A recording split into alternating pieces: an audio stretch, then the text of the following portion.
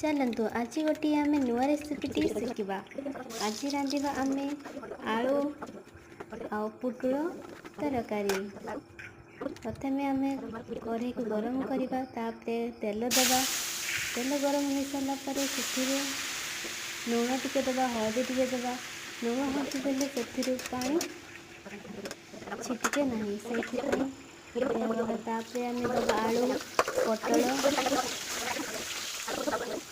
आलू पुटल देखा हो गला कि नहीं टिके ब्राउन कलर हो आसलानी। तापर भल भाव में भाजीदबा। हो गला आम गोटे काढ़ीदबा। देखो ब्राउन कलर हो सही तेल रे आम प्याज दबा। भल भाव में ब्राउन कलर हवा पर्यटन घांटा। हो गला टमाटो काटिदबा।